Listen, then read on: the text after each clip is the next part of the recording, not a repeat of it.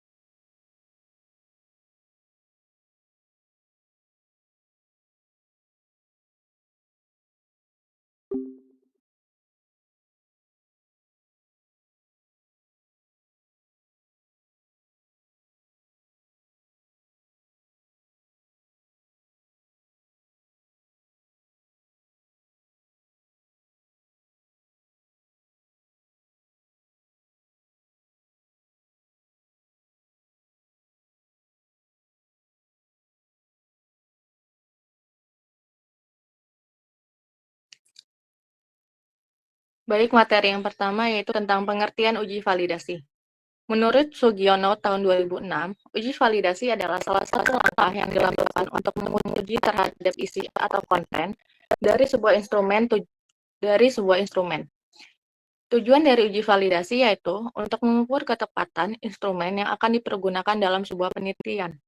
Dalam uji pengukuran validitas terdapat dua macam, yaitu mengkorelasikan antara skor butir pertanyaan atau item dengan total item. Yang kedua, mengkorelasikan antara masing-masing skor indikator item dengan total skor konstruktur. Validitas instrumen merupakan langkah penting dalam pengembangan instrumen pengukuran, karena validitas instrumen adalah keadaan dan ketepatan instrumen tersebut dalam mengukur apa yang dimaksud. Selanjutnya.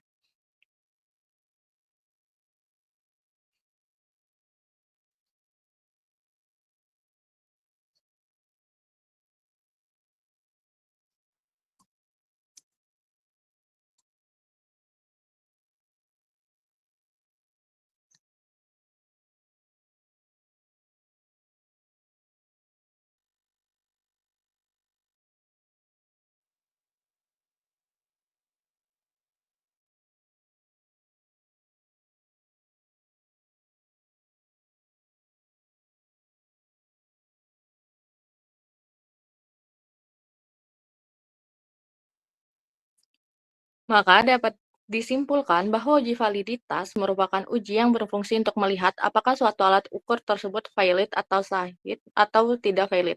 Alat ukur yang dimaksud di sini merupakan pertanyaan-pertanyaan yang ada dalam kuesioner.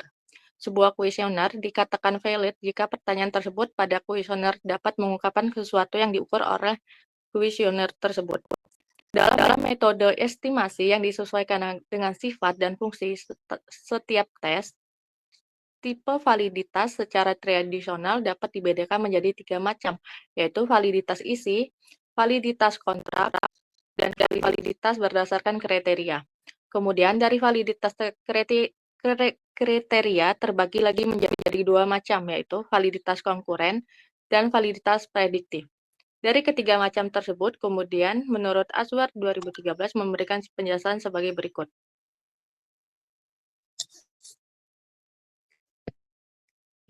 Yang pertama tentang validitas isi atau content validity, yang kedua validitas konstruksi dan validitas kriteria.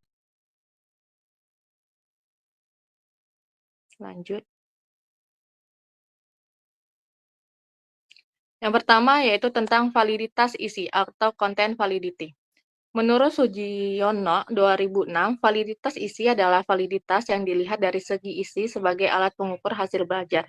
Sedangkan menurut Surapranata 2005, validitas isi sering pula dinamakan dengan validitas kurikulum, yang berarti bahwa suatu alat ukur dapat dikatakan valid apabila sesuai dengan isi kurikulum yang akan diukur.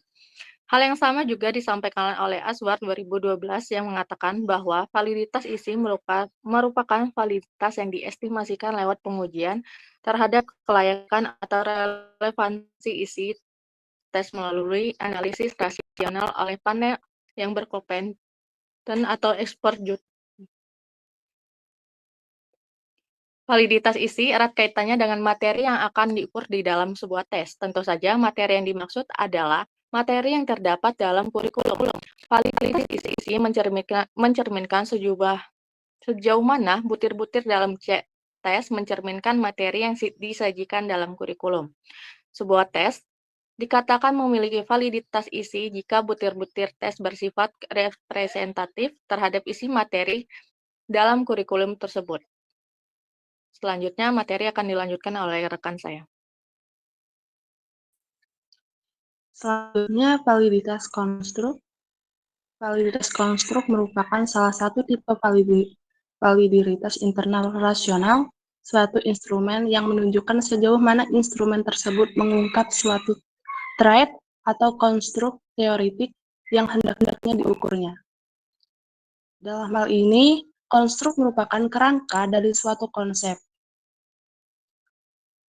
Pengertian konstruk ini bersifat terpendam dan abstrak sehingga berkaitan dengan banyak indikator perilaku empiris yang menuntut adanya uji analisis seperti analisis faktor. Secara umum, validitas konstruk tidak didasarkan pada satu studi, tetapi pada korelasi beberapa studi yang sedang berjalan menggunakan konstruk yang sedang dievaluasi.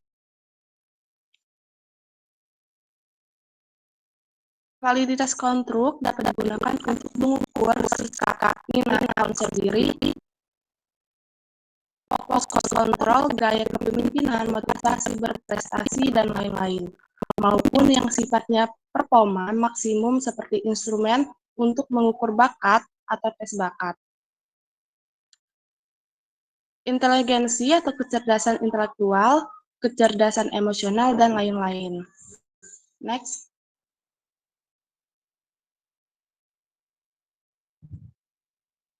Selanjutnya ada validitas kriteria. Validitas kriteria ini didasarkan pada kriteria tertentu. Dengan demikian, bukti adanya validitas ditunjukkan adanya hubungan korelasional skor pada tes yang bersangkutan. Dengan skor suatu kriteria, pengujian validitas ini bersifat empirik. Pengujian hanya dapat dilakukan setelah mendapatkan data di lapangan.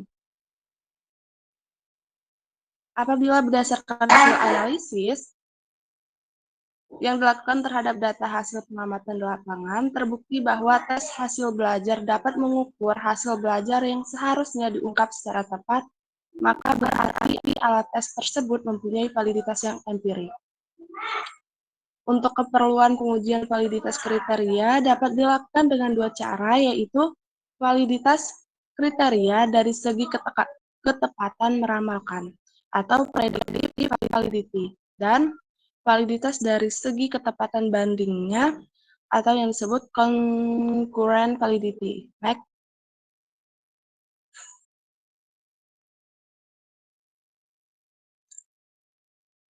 Selanjutnya, pengertian reliabilitas. Yang et al. 2016 menyatakan bahwa reliabilitas mengacu pada kekonsistenan atau kestabilan hasil. Penilaian, namun secara singkat, Jensen et al. 2017 menyatakan bahwa reliabilitas sebagai kestabilan. Mengenai reliabilitas, dan et al. 2014 menyatakan bahwa jika tesnya memiliki konsistensi yang tinggi, maka tes tersebut akurat, reproducible, dan generalizable terhadap kesempatan testing dan instrumen yang sama.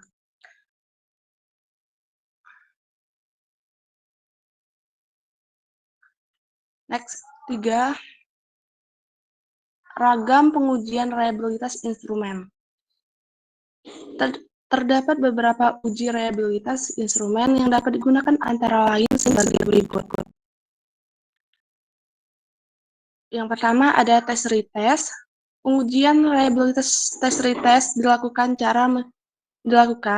cara mencobakan satu jenis instrumen beberapa kali pada subjek atau responden yang sama.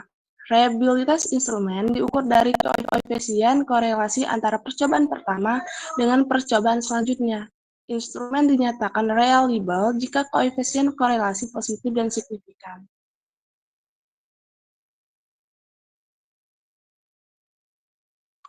Ya. Dua, ekvivalen. Kemudian reliabilitas dengan uji ekvivalen dilakukan dengan cara mencobakan instrumen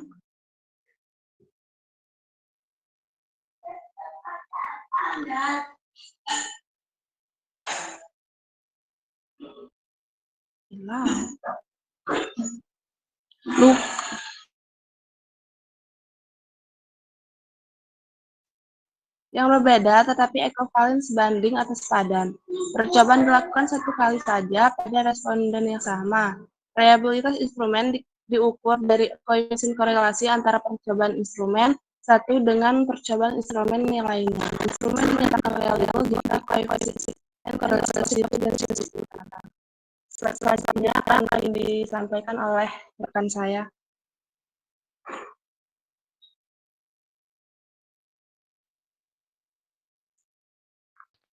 Selanjutnya internal konsistensi. Pengujian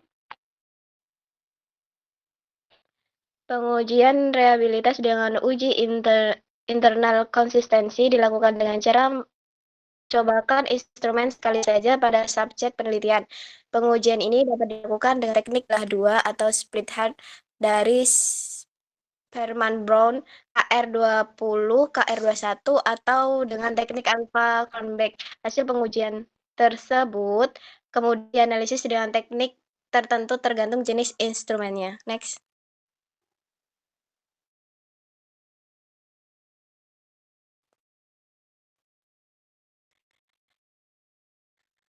Ada beberapa faktor yang mempengaruhi reliabilitas. Faktor tersebut dapat dikategorikan faktor-faktor yang dan secara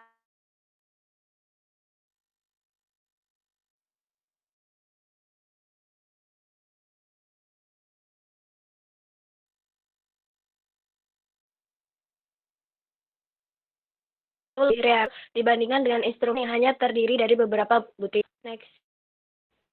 2. Kondisi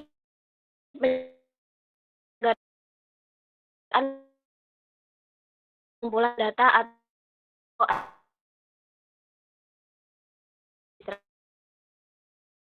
administrasi. Yang pertama, sebagai contoh pada pelaksanaan teks, petunjuk yang diberikan sebelum tes dimulai dan petunjuk ini disajikan dengan jelas. Dan tidak akan banyak terdapat pertanyaan atau komentar dari responden. Kedua, pengawas yang tertib, skor hasil perolehan responden. Ketiga, suasana lingkungan dan tempat pengolahan data atau tempat duduk yang tidak teratur, suasana di sekelilingnya gaduh atau tidak tenang, dan sebagainya. Cukup sekian materi yang dapat saya sampaikan. Saya kembalikan ke moderator.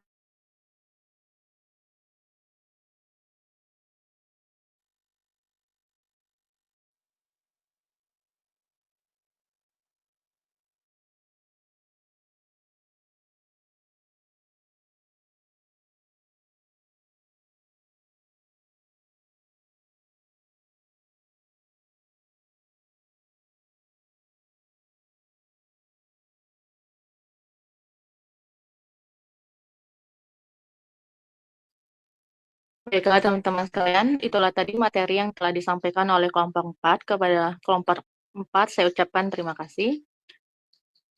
Acara selanjutnya yaitu sesi tanya jawab. Pada sesi tanya jawab ini, saya membuka satu termin di mana terdiri dari 3 orang penanya. Kepada teman-teman yang ingin bertanya, saya persilakan.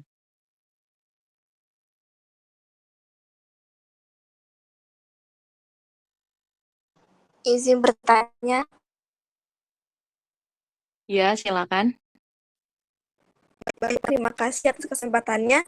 Sebelumnya, saya Silva Ayuningsi dengan NPM 2113053028. Izin bertanya, apa saja faktor-faktor yang perlu dipertimbangkan saat merancang dan melakukan uji prasyarat terhadap instrumen tes? Sekian, terima kasih. Baik, terima kasih atas pertanyaannya. Pertanyaannya kita simpan terlebih dahulu. Selanjutnya kepada teman-teman yang ingin bertanya, saya persilakan.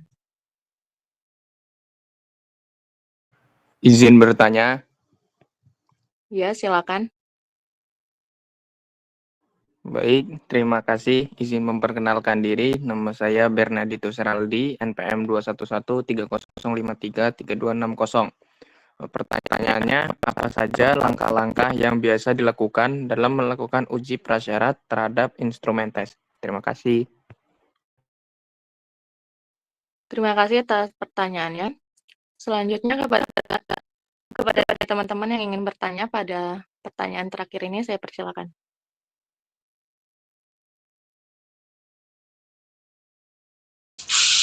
Izin bertanya. Iya, silakan. Sebelumnya, saya Linda Octavia dengan NPM 21130533037. Apa peran uji prasyarat dalam memastikan bahwa instrumen tes dapat memberikan hasil yang konsisten dan valid? Terima kasih.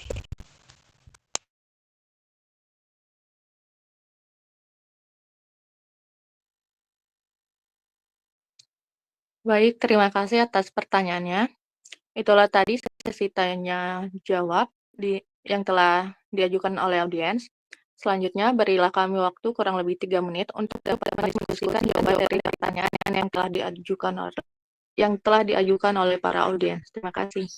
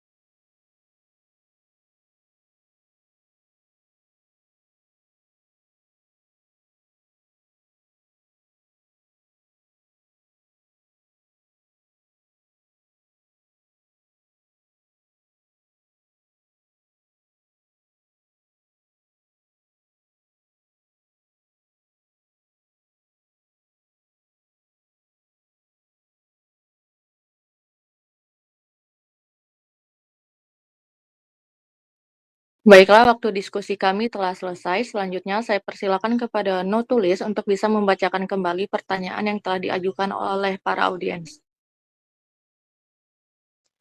Baik, pertanyaan pertama. oleh Silva Yuningsih. Yang pertama, apa saja faktor-faktor yang perlu dipertimbangkan saat merancang dan melakukan uji prasyarat terhadap instrumen tes. Yang kedua, dari Bernardito Seraldi, apa saja langkah-langkah yang biasa dilakukan dalam melakukan uji prasyarat terhadap instrumen tes. Dan yang ketiga, dari Linda Octavia, apa peran uji prasyarat dalam memastikan bahwa instrumen tes dapat memberikan hasil yang konsisten dan valid. Saya kembalikan ke moderator. Terima kasih kepada Notulis. Selanjutnya izinkan kami dari kelompok 4 untuk menjawab pertanyaan para audiens. Di sini saya akan menjawab pertanyaan yang pertama dari Silva Ayuningsih. Apa saja faktor-faktor yang perlu dipertimbangkan saat merancang dan melakukan uji prasyaratan terhadap instrumen tes? Saat merancang atau melakukan uji prasyaratan terhadap instrumen tes, ada beberapa faktor yang harus dipertimbangkan, seperti tujuan evaluasi, keandalan, validitas, format tes, bahan keterbacaan, waktu dan batasan, keragaman soal yang ada, prosedur administrasi, konsisten penilaian, serta yang terakhir yaitu umpan balik dan peningkatannya. Nah, kalau dalam pertimbangan saat merancang atau melakukan prasyaratan terhadap uji tes tersebut dapat dilakukan, maka uji prasyaratan akan valid atau sah dalam melakukannya. Sekian jawaban dari saya. Apakah bisa diterima, Silva? Baik, dapat diterima. Terima kasih. Baik, kepada teman-teman yang ingin menambahkan atau menyanggah, saya persilakan.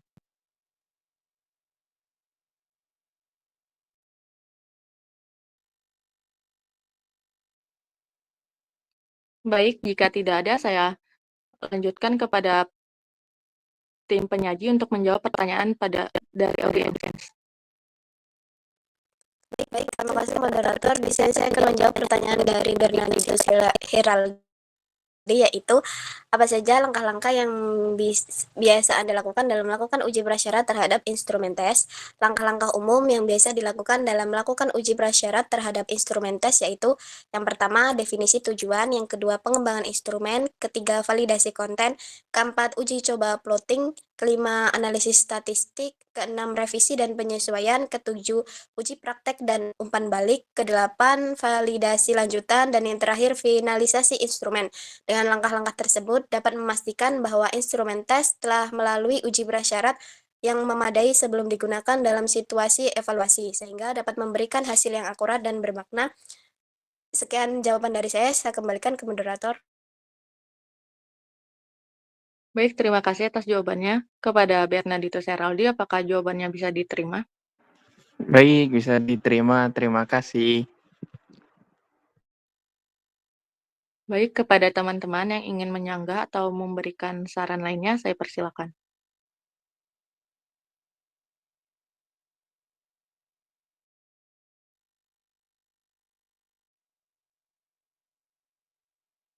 Jika tidak ada, selanjutnya saya persilakan kepada kelompok penyaji untuk bisa menjawab pertanyaan selanjutnya.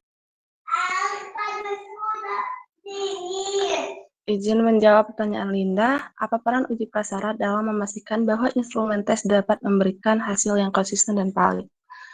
Peran uji prasyarat dalam memastikan bahwa instrumen tes dapat memberikan hasil yang konsisten dan valid sangatlah penting. Ada beberapa peran utama uji prasyarat dalam konteks ini seperti yang pertama, mengidentifikasi masalah awal, mengukur keandalan, ketiga, mengevaluasi validitas, dan keempat, mengurangi bias, dan kelima, meningkatkan keterbacaan dan kepahaman. Dengan begitu, uji prasyarat berperan penting dalam memastikan bahwa instrumen tes dapat memberikan hasil yang konsisten dan valid, yang pada gilirannya meningkatkan keandalan dan kegunaan dari proses evaluasi yang dilakukan. Itulah tadi jawaban dari saya kembalikan ke moderator. Baik, terima kasih atas jawabannya. Kepada Saudari Linda, apakah dapat diterima? Dapat diterima, terima kasih. Baik, terima kasih. Kepada teman-teman yang ingin menyanggah atau memberikan saran, saya persilakan.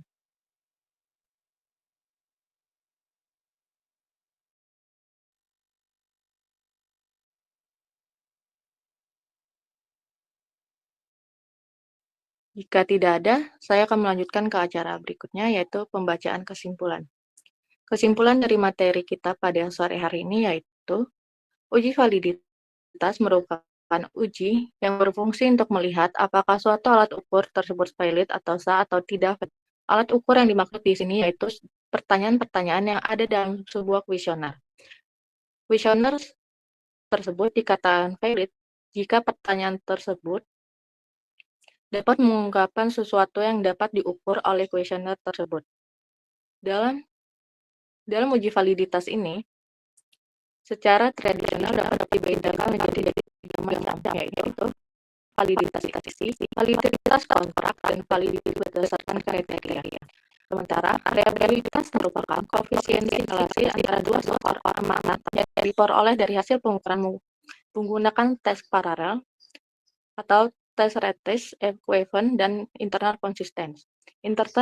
Internal consistency sendiri memiliki beberapa teknik uji yang berbeda.